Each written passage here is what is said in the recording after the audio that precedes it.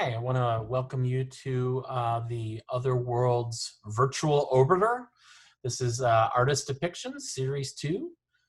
We are very lucky to have our now four-time alumni, Brett Ryan Bonowicz, here to share his film, and we are doubly lucky to have our surprise special guest that we just found out about today, real-life space artist Pamela Lee. One thing that's great about pandemics is we don't have as many announcements, but I will let you know that we do have our new Play at Home series, the Pioneer Sci-Fi Film Club. We've had 2 meetings so far. We get together and talk about essential sci-fi films from the 20s, 30s, 40s, 50s, and 60s. We started with Forbidden Planet and then Black Friday, and we are just about to announce our latest one, July 14th. That's a Tuesday. We'll be talking about Alphaville.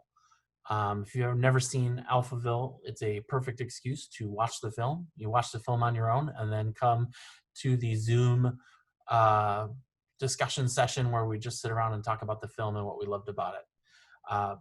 In Alphaville, a U.S. secret agent is sent to a distant space city of Alphaville where he must find a missing person and free the city from its tyrannical ruler.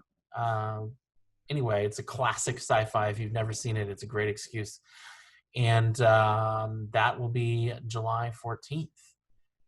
Meanwhile, we are very excited to start tonight's Q&A. We have our wonderful hospitality director and programmer, Debbie Cerda, who will be leading you in the Q&A.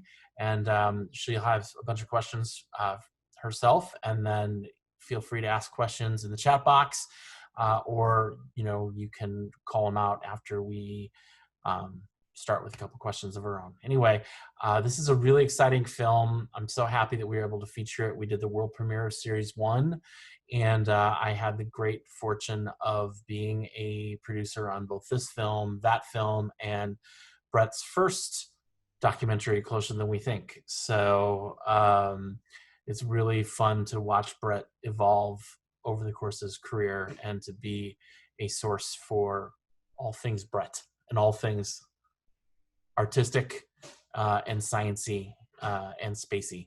All right, take it away, Debbie. I think about how I was a really cool kid in elementary school because my uncle worked for a photo lab that serviced the Space Center in Clear Lake, Texas. And so because of that, he actually had access to photos from Buzz Aldrin's from some of the missions in 1969 and beyond. And so showing up in elementary school with those photos made me the kind of cool kid. And so that's why I think it's really special. A lot of people here sharing this enthusiasm. And so we hopefully think about your questions that you may have for later.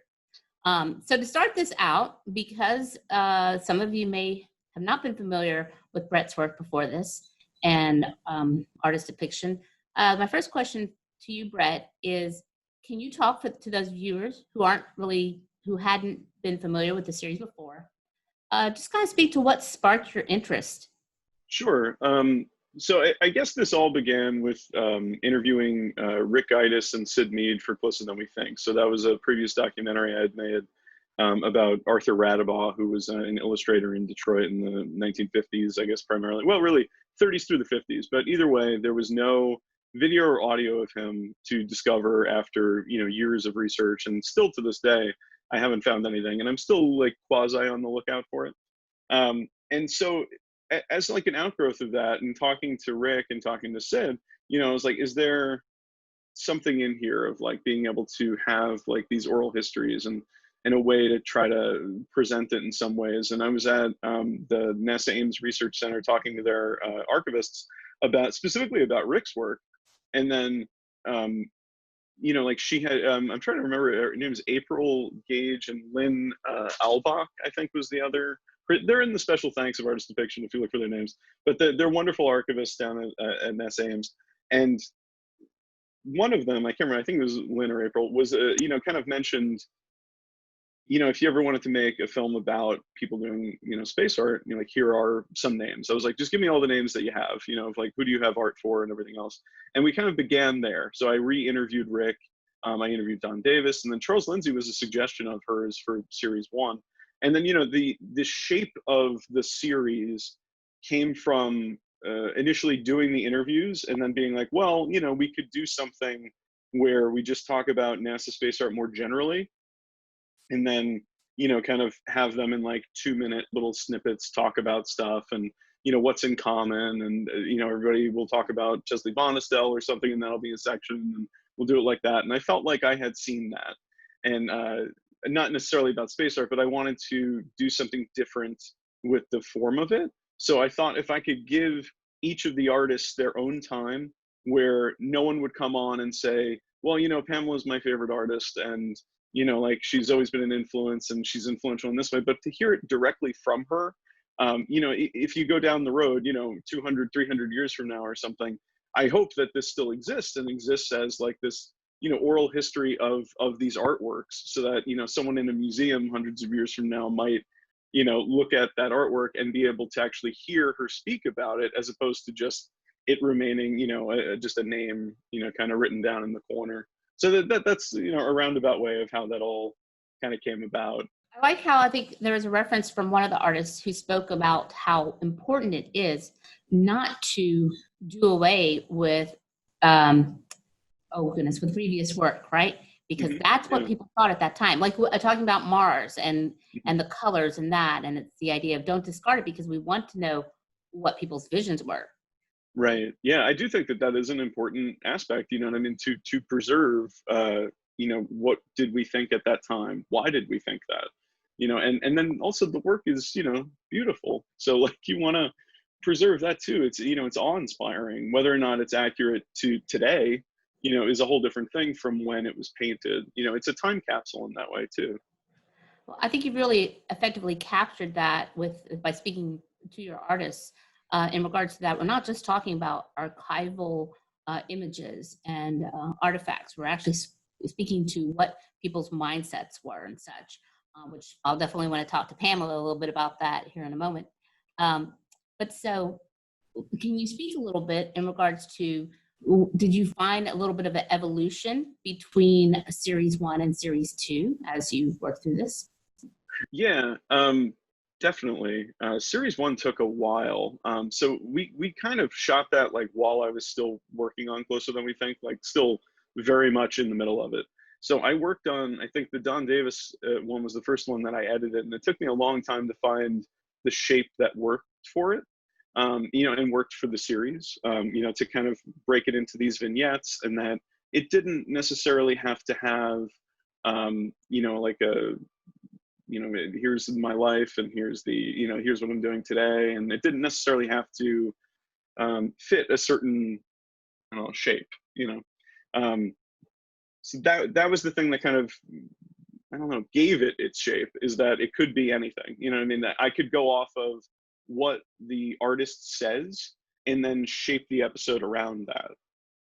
So doing Series 2, to go back to your question, sorry, the difference between Series 1 and 2 is that I knew what I was doing by then. I was able to, I already had, a lot of the credits that I could already put in. I knew where things went, what sizes things were, kind of what the shape of a segment would be. Usually after the interview, I would be able to kind of go through the footage, once or twice, and be able to kind of mark what could be a section, and then kind of whittle them down from there at a certain point, opening it up to the producers to be able to, give me notes and do that process, and then come back to it, refine it more.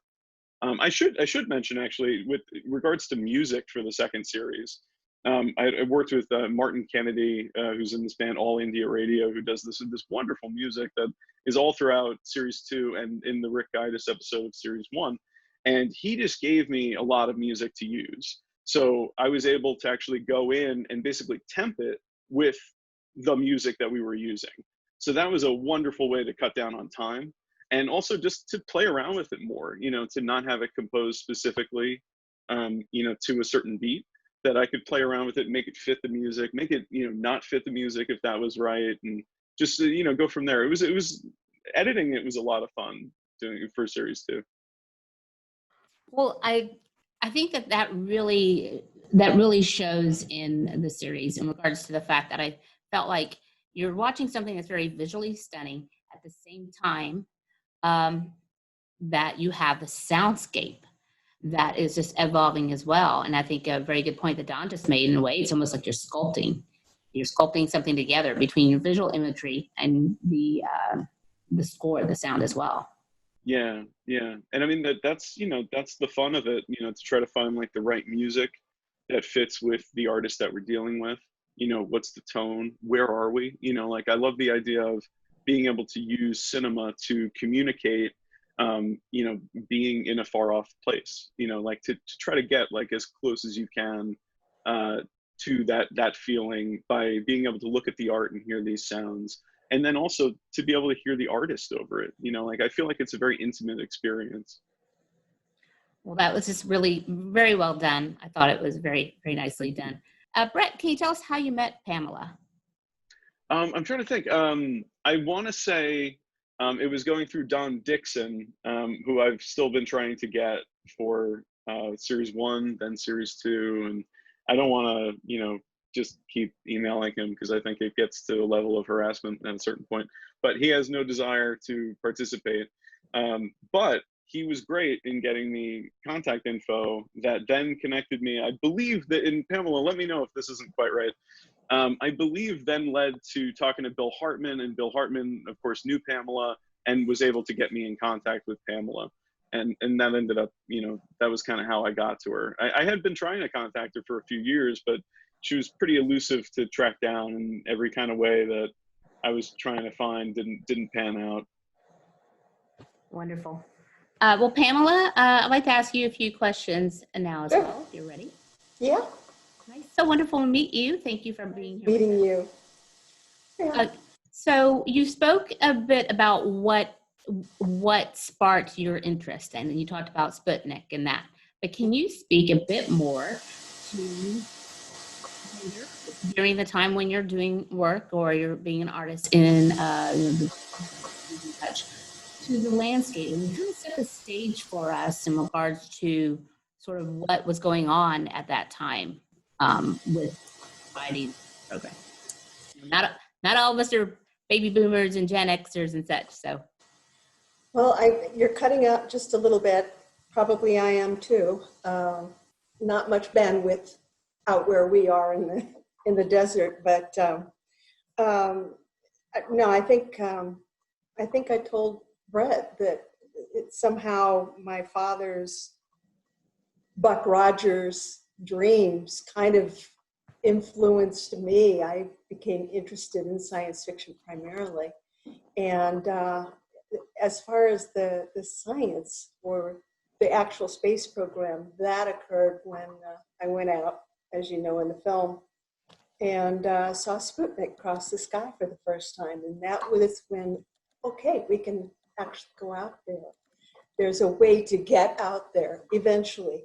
My enthusiasm really perked up as soon as we started with the manned flight. And that's kind of where my heart lies. A lot of my contemporaries, they are interested in simply the alien landscapes.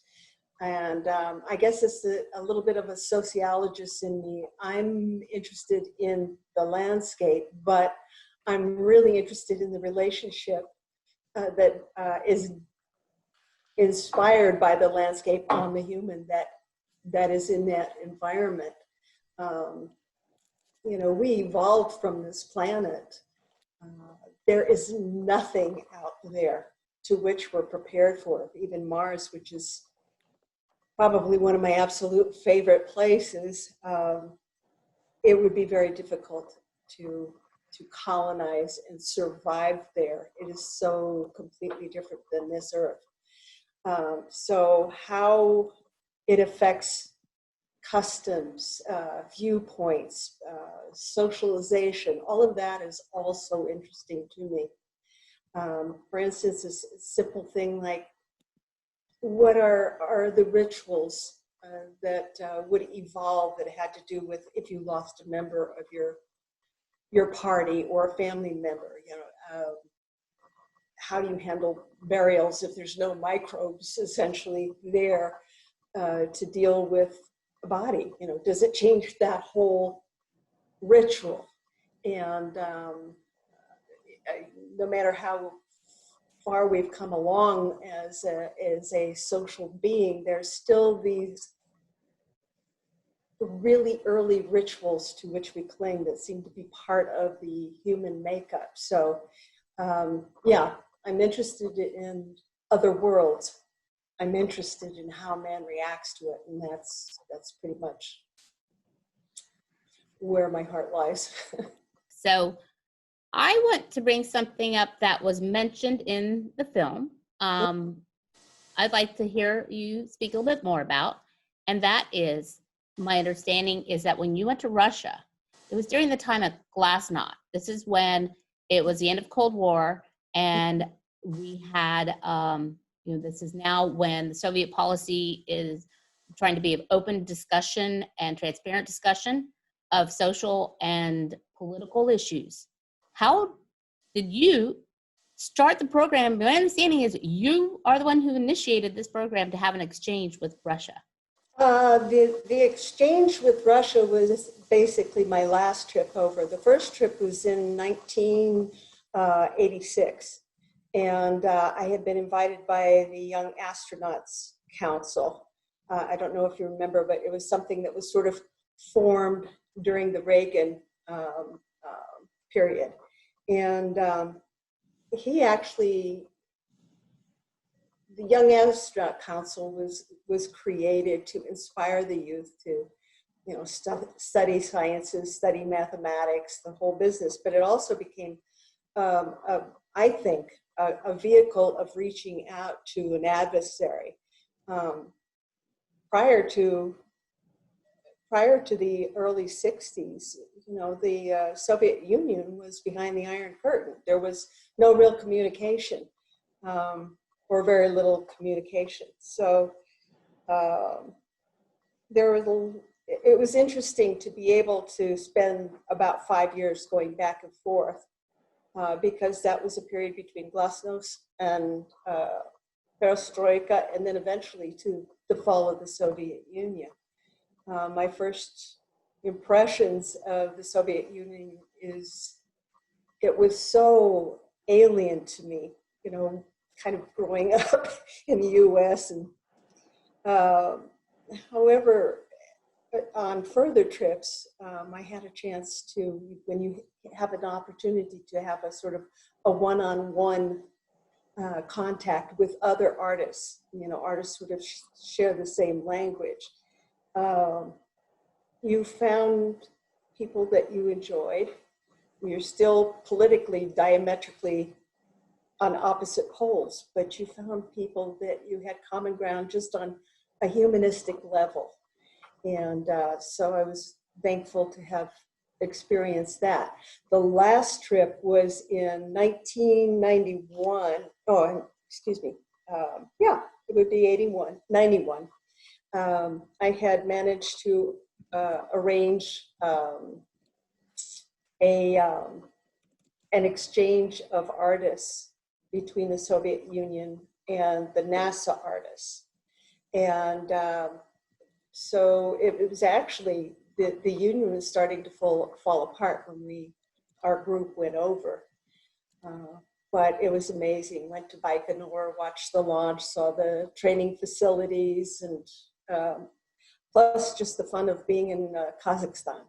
It was a fascinating trip, and kind of an eye-opener for a very kind of Midwesterner, North American individual to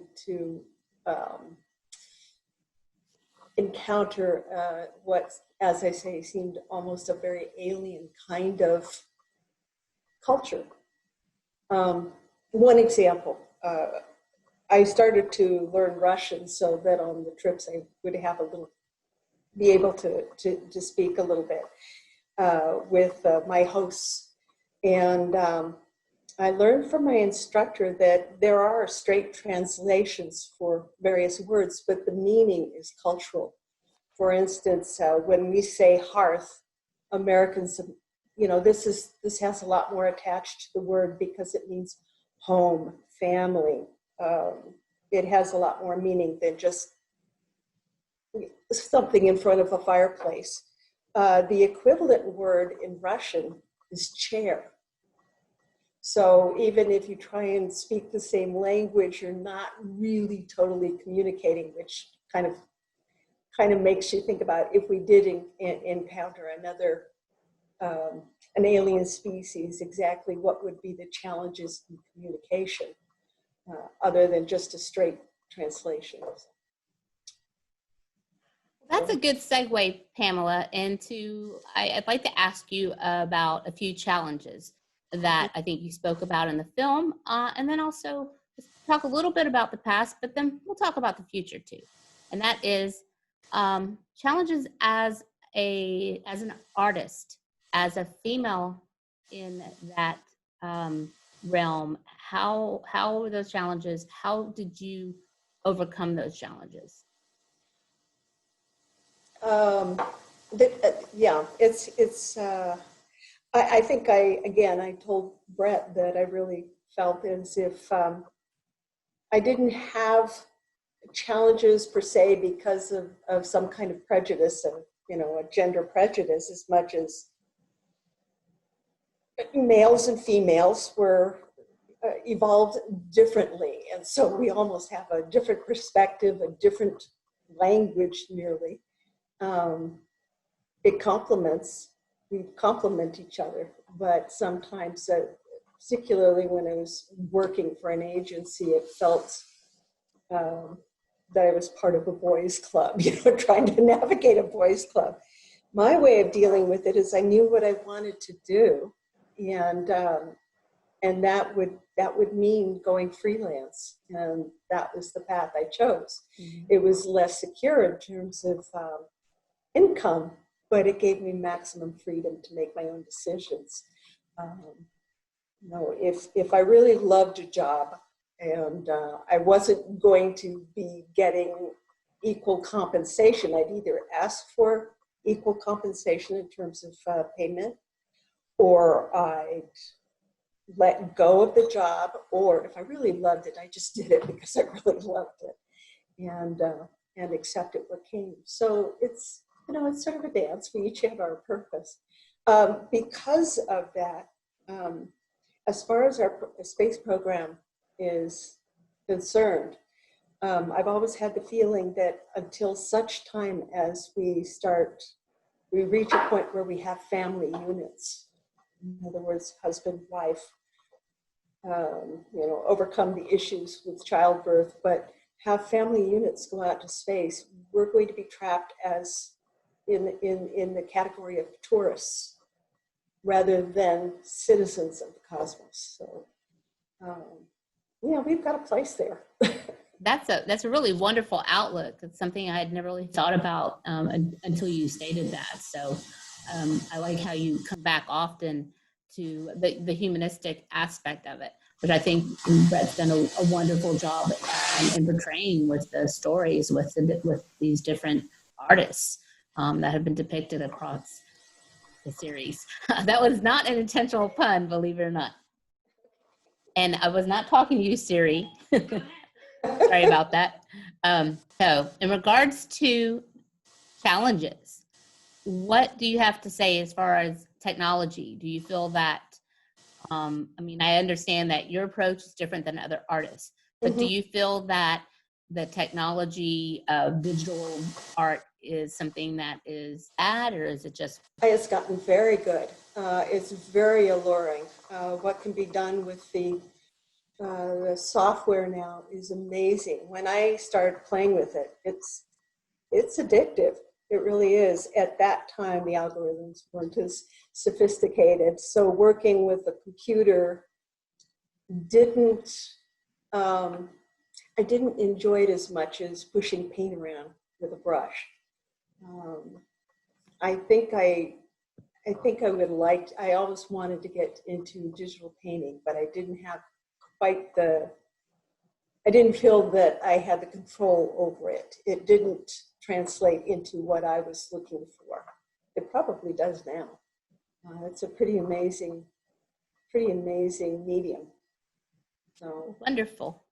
Well, thank you so much for answering questions. I'm sure we'll have more for you, but let's go ahead and switch it back over to Brett for a moment. In regards to a lot of what you've focused on in your filmmaking has been, you're showing a lot of the past. Let's talk about the future. Brett, what do you see is the future when it comes to space exploration and how we go forth and how we are engaged in that, whether it be as tourists, as citizens, as people who are defining these moments, because we think about all these things going on in our world right now, in our society, and you've got the eye citizen, people right there. Talk to me about what that says to you as far as you and your filmmaking. So yeah, there's a few parts there.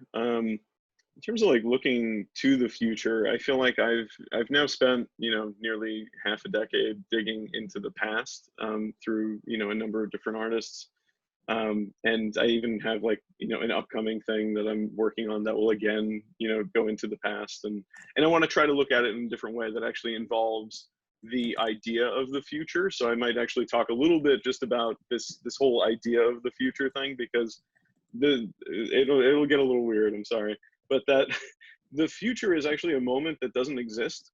So it's essentially like when we're looking at predicting the future, we're talking about having like a collective goal to move toward, and we're never going to get everybody to agree on pretty much anything.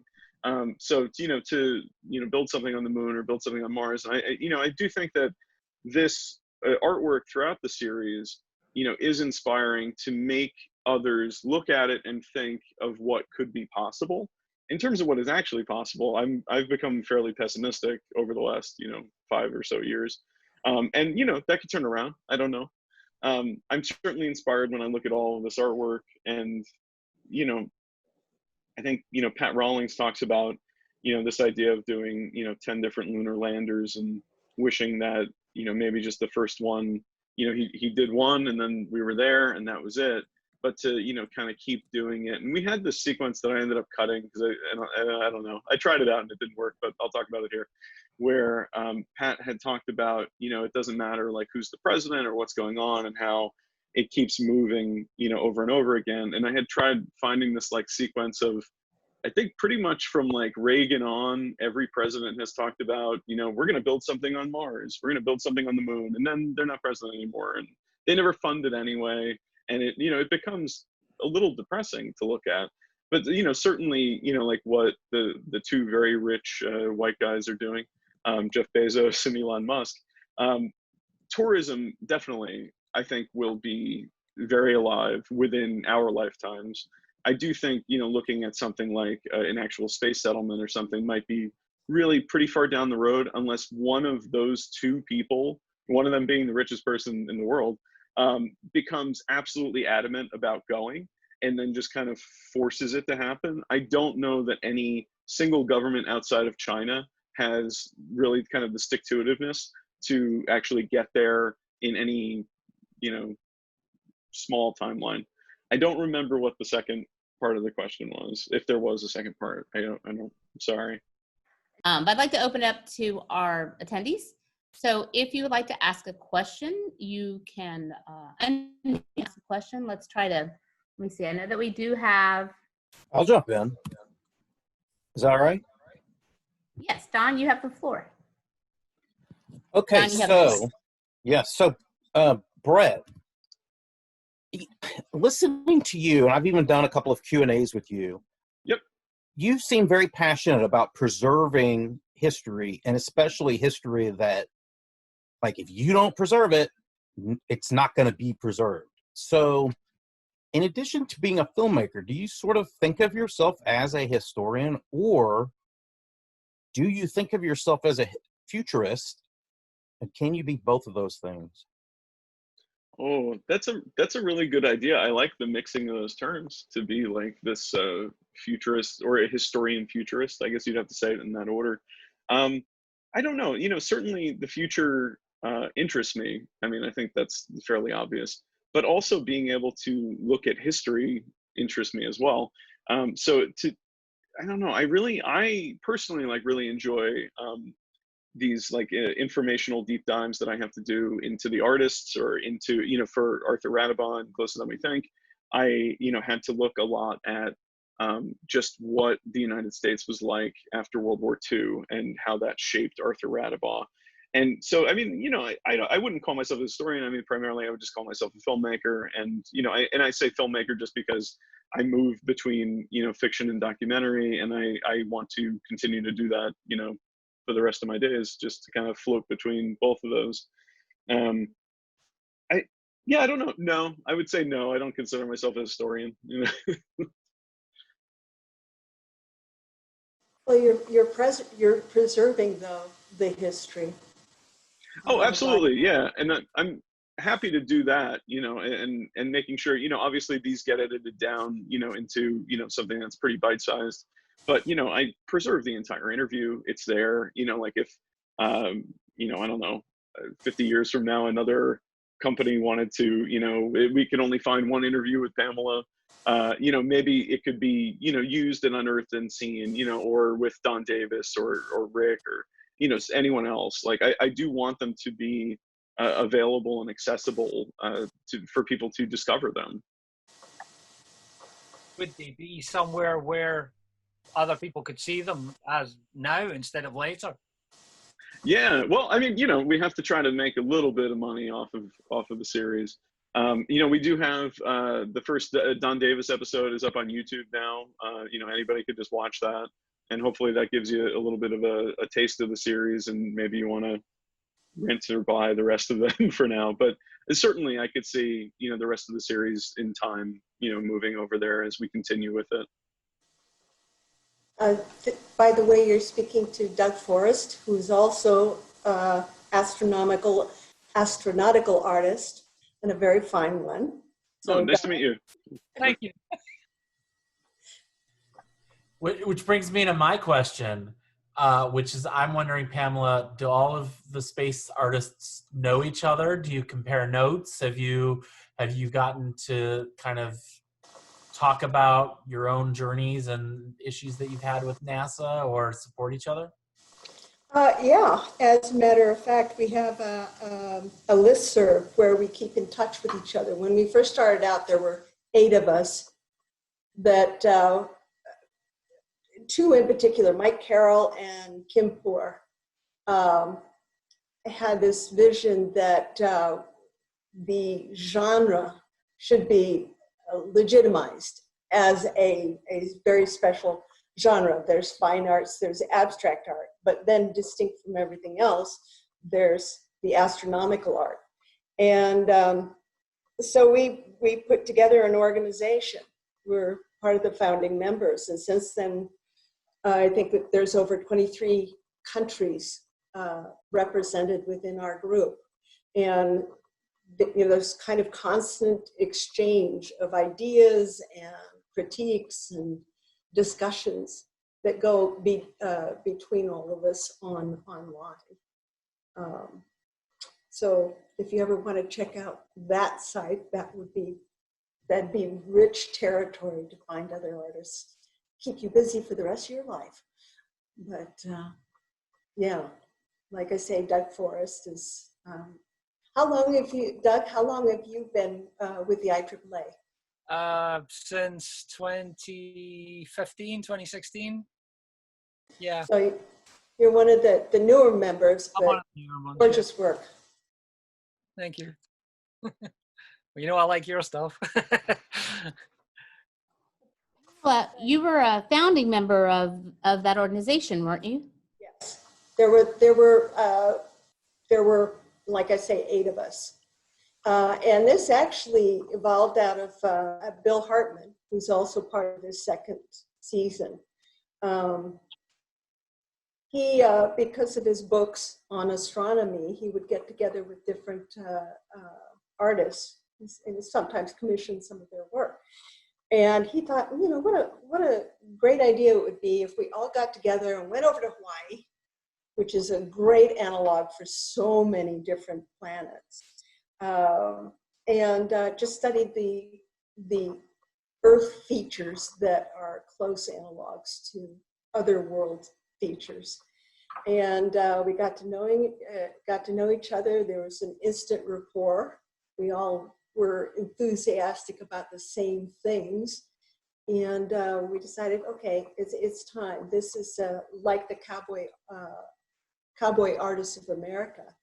This is a very distinct genre of art that's being created. And we should make an effort to have it recognized as such. So yeah, that was kind of the beginning. And as I say, we've got 23 different countries. We've got artists from all over the world that participate. We try very hard to have annual workshops where we find a different area with features that can be translated into a real planetary landscape from a real existing planet, but just hasn't been visited yet. And yeah, I'll leave it at that. Any other Great. questions? We have another question. I'm just getting back to it, and then I think Tessa also will have a question.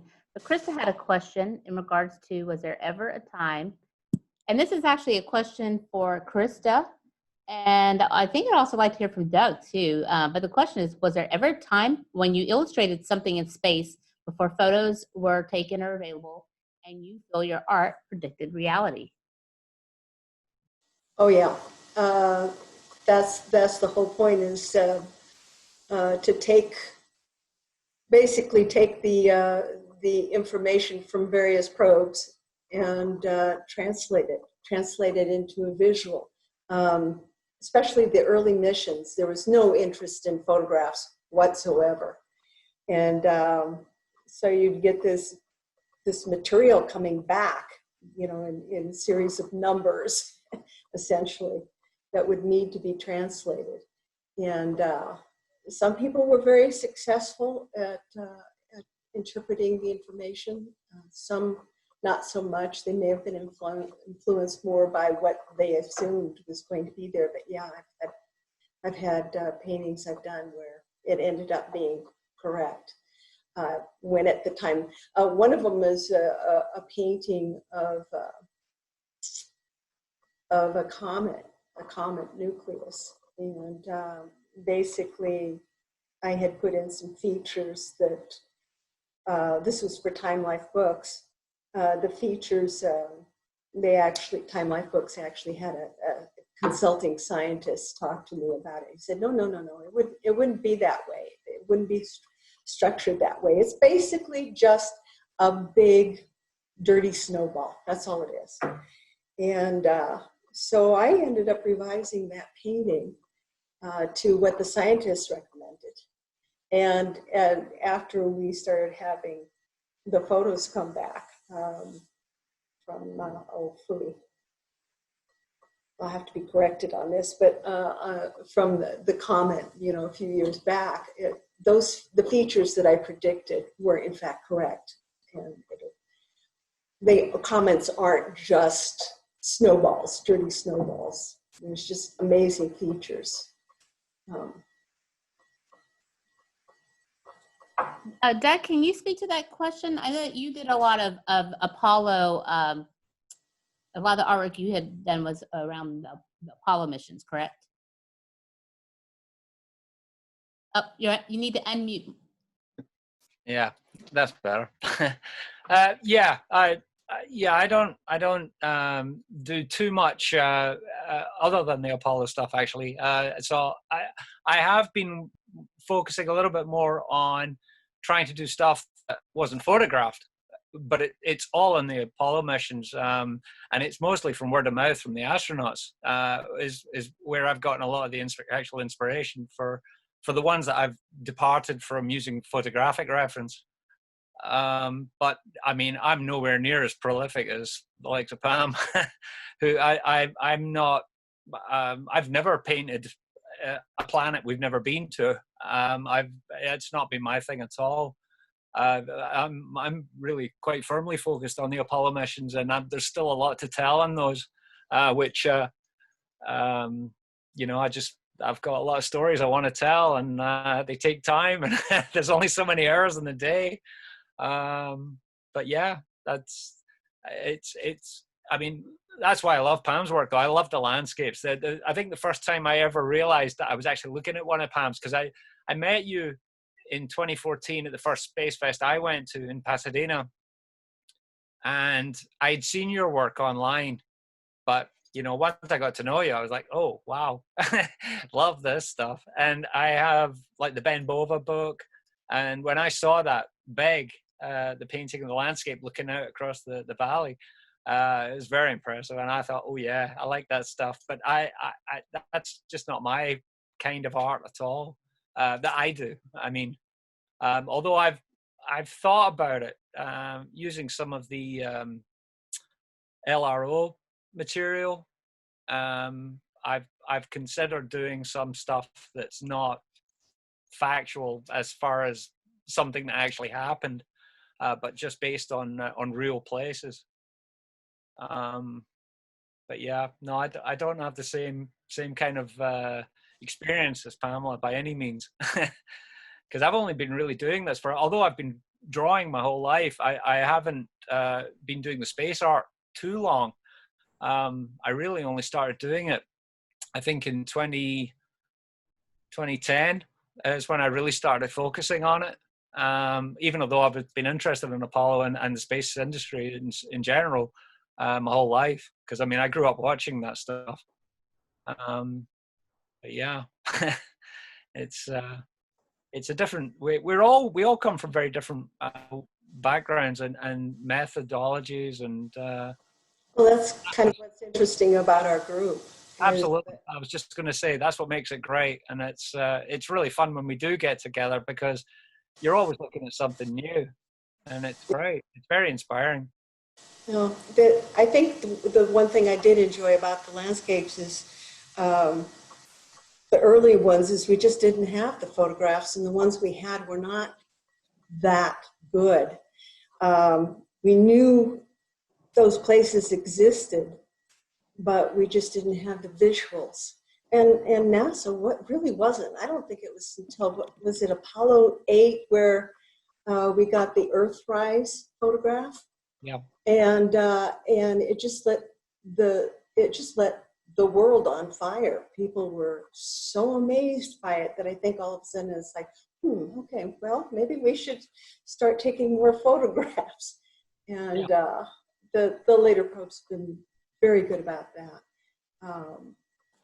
But also referring to Brett's film, the second series, the fact that I think for all of us, it's the research that's so fascinating, whether you're researching something that has to do with Apollo, or you're researching, okay, what does an asteroid really, what are the possibilities? And, but as I say, back then we were the translators in the early years before all those magnificent photographs. That's how we let everyone else know what was going on out there, what it would look like, what it would be like, and what the possibilities were.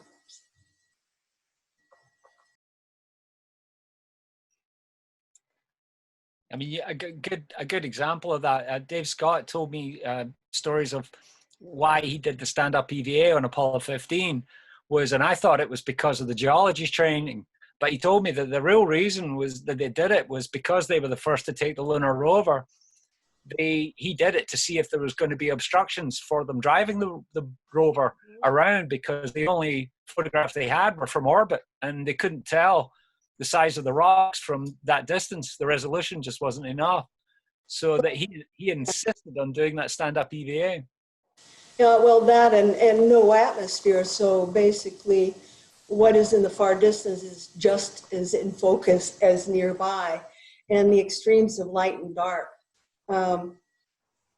Doing the Apollo, well, you do black and whites also. Yours is because you're colorblind, but for me, I wanted things to be black and white because it was just another element to be expressed. You know, we're creatures from a planet of color that have journeyed to a planet of black and white.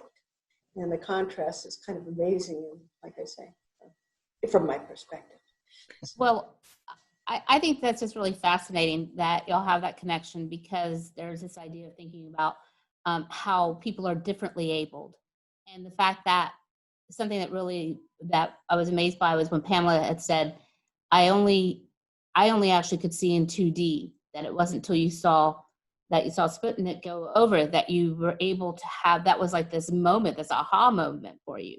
And it's just, I have to say, I mean, Brett, you've done a wonderful job at bringing, you know, an artist and artists together here to realize that that art, you can be an artist and have challenges that you can still produce wonderful, incredible art, bringing things to an audience that could be real or it could be fantasy, or maybe you're predicting that. I have to say, one of the things I love and I'm kind of curious about is that painting that Pamela has behind her, because I understand one of the ones that was featured, you spoke about how there weren't very many photos available, and so you had to sort of extrapolate a bit. But I'm curious, as far as a piece behind you that you have on display, is that also kind of like, what kind of, how much of that is based in reality? How much is that your imagination? You're unmute, Pamela. Sorry about that. Actually, quite a bit of that was a science fiction book cover. And so a little bit of science. The one thing about doing the science fiction book covers is there are different priorities. When I first started doing work with Bantam Spectra books, you know, I was concerned that I had accurate science going on, and that's not really what they were looking for. They were looking for an intriguing image, so I tried to find a balance between the two. The one that I think you were saying where I did a lot of extrapolation, that's one of my favorites. It's the painting for NASA of Bill Fisher, and that was another thing I really enjoy, is being able to see the reaction of an astronaut to the environment while simultaneously seeing the environment he's viewing reflected in the face shield. And so for that particular one, I had a very specific idea of what I wanted in the way of facial expression. So I went through tons of NASA photos, and the only one I could find was a low-res, fairly low-res image of him suiting up in the White Room, and it was shot with a very wide-angle lens. So that meant I needed to, it was kind of a parallelogram. I needed to distort it back into some semblance of him, but that also required looking at a lot of different photographs. And I swear Gene Cernan looked different in each photo. It wasn't just the angle of his face, but it just almost looked like a different person. So that was when I sweated, trying to make sure that his face was accurate. But I wanted to, sorry, go ahead. Wonderful. Well, I know that we definitely have a question for Brett. Before we get there, we can't go without a question from our resident fine arts degreed and my favorite fabric arts designer, and that's Tessa Morrison. So Tessa, would you take over the mic and yeah. question? My battery's getting low here, but hi Pam. Weird side note that a lot of my other fellow programmers probably don't know is in college, my first job was I was a NASA-funded illustrator for the biology department doing recreation illustrations of Eocene mammals. So, yeah, I know, right? It was pretty legit. Anyway. What facility, if I may ask? What facility? I was at Marshall University Research Corporation over at Marshall University in Huntington, West Virginia. Oh, be darn. Okay. Do you know them?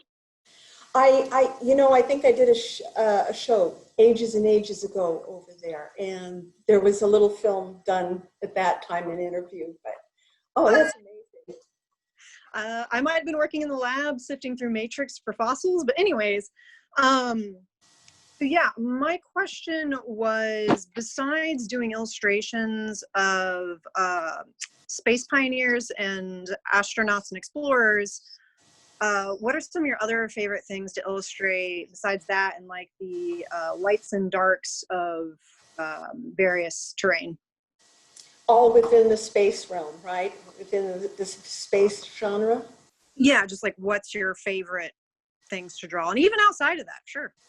I still like asteroids and comet nucleus. I don't know why, and Mars. I was introduced a long time ago to an author, Sana Zubre. He's best known for The Little Prince, but he also wrote just a wonderful book called Wind, Sand, and Stars.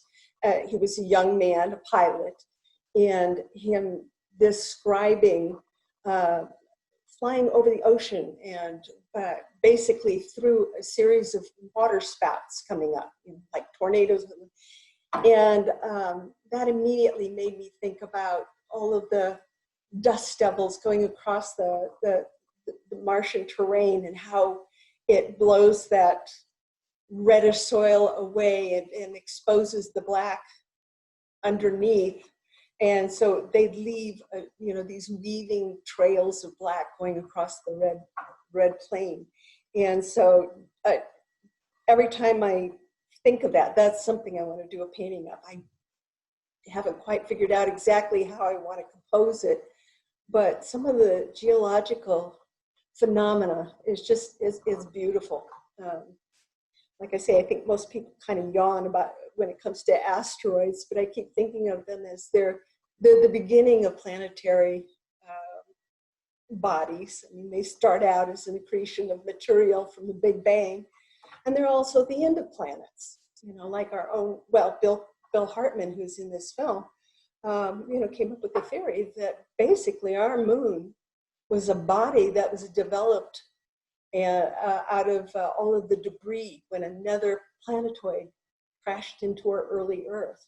It just accreted all this material, and we ended up with the moon, which is very responsible for all of the good things that we evolved out of. Do you think maybe you really enjoy comets and asteroids because they're like geological spaceships? Yes. Way to put it. Yes. I should also say I grew up as a rock freak. I just can't leave the rocks alone. So, but yeah. And of course there's been designs for basically taking advantage of hollowing out asteroids and taking advantage of them as basically a vehicle to move into deep space. And yeah. Can I actually ask Pamela a question about that? Pamela, are you familiar with Roy Scarfo and like his work with in like I want to say sometime in the 50s? He actually did, like, to my knowledge, it's the first like illustration of what is like a hollowed out asteroid, and it looks quite a bit like Don Davis's and Rick Gaidis's work from the 70s. But I didn't know if you were familiar with him at all or anything. Okay. No. There's a book of his illustrations right next to me. Oh. Do you have a lending library in your home there? Maybe send me some sort of SKU number that I can see if I can get a copy. Well, Pamela, I love that you made that analogy to Antoine Saint-Exupéry, because he's one of my favorite authors. And you think about when he wrote the Le Petit Prince in 1943, in a way, the Little Prince is an astronaut. I mean, he's living on the asteroid, and the fact that now there are asteroids named after him, and I think there's another moon named Petit Prince after him as well. So it's a wonderful, wonderful story. He's one of my heroes. So that's just fabulous. And I just love how there's just all this interconnectedness. As I said, my uncle working in a photo lab for Apollo missions, for Apollo 8 on, and Tessa doing what she did. And so it just shows you what a small world we really have. With that, I'd like to ask Brett, can we expect for series 3? I mean, this has been a wonderful journey. Tell us what adventure awaits us. Sure. So it's still early days with series 3, but I actually have spoken to 3 artists that we should be interviewing in the fall. Assuming we can do all of that. So the first one we're gonna do is like our first like real like science fiction artist. That's Steve R. Dodd. So from what I've heard, he would never participate in a Zoom meeting because he doesn't have internet or phone or anything, and communicates through letters, and is a real fun recluse. So he's agreed to be interviewed. I made contact with him through our composer Martin, and looking at his art. If you just Google Steve R. Dodd, everything that comes up will just blow your mind, and it's great. And then the next one is a planetary scientist named Pascal Lee. And so he's primarily a scientist, but is also an artist. And so he does a lot of interesting work about Mars. So we're going to talk to him. And I actually just spoke to him yesterday. And we had a great conversation about what we're going to talk about, how and where he gets inspired, and how to kind of convey that within the film. And then the last person who I also spoke to just yesterday. So again, early days with this. So if one of these people swap out or something, you guys heard the early lineup, is Rick Sternbach, who worked on Star Trek, and also, I guess, with NASA at a certain time. And for me, very excitedly, he worked on one of my absolute favorite films, 2002, Steven Soderbergh's Solaris. If you saw it when it came out and you didn't like it, give it another chance. It's really, really great. It's wonderful, wonderful film. So that's the plan, series 3. And then I've also been like, as like a weird like side but also main project, been researching Roy Scarfo, who I just mentioned to Pamela, and unfortunately he died a number of years ago, but I've been in contact with his family and his son, and talking about ways to make a film that kind of honors his legacy, and also kind of captures, as I was saying before, this idea of what the future is, and why do we look to it, and what is it conceptually, and why do we look ahead when we could be looking at now. And it might get a little esoteric, but that's probably a couple of years off from being complete. But the hope with a series 3 would be I could do it inside of 12 months. Well, that's wonderful to hear. We definitely look forward to seeing that and hopefully premiering it as well for you. We want to thank our guests tonight, and I'd like to turn it back over to Becky to close it down for us. Thank you, everyone. And just want to make sure everybody knows that if you like Brett's work and you want to support it, there is an Indiegogo project that has been like extended from the dawn of time that you can still give money to, and reserve your copy of series 3 before it exists. Or you can just send him money like outside of Indiegogo so they don't take a cut of it if you trust either him. way works. Yeah. Trust which me, I please. do. So I have Brett on retainer for a while. I just send him like $100 every month through PayPal. It certainly helps with travel. Oh, I would be really remiss to not mention that our cinematographer Reed Nicewonder has also been on this call, and I think Reed's photography is absolutely wonderful in this. And I don't know, just all of his instincts are great. And so thank you, Reed. I love your work, and blowing kisses to you. I can't wait to work together again. Me too. It was a lot of fun. Hi. Hello again, Pam. Must be difficult to be the person in charge of photographing great art, because it's your responsibility to put something that's already beautiful on screen and make it continue to be beautiful. For sure. Big responsibility. And he will not reveal how he did it, so you have to hire him if you are making a documentary of this nature. Although if you are, I don't think there's many topics left because Brett has taken them all. With that in mind, I would love to thank you all for coming to the virtual orbiter. It was really fun to share this film with you, and to continue to support Brett's work and to meet Pamela and Doug, bonus artist, and Reed. This is really, really great to have this opportunity. So thank you everybody for being a part of this. And I am going to, I've been recording this, sorry, I didn't warn y'all. So we'll post this somewhere so that it can live forever with these great words.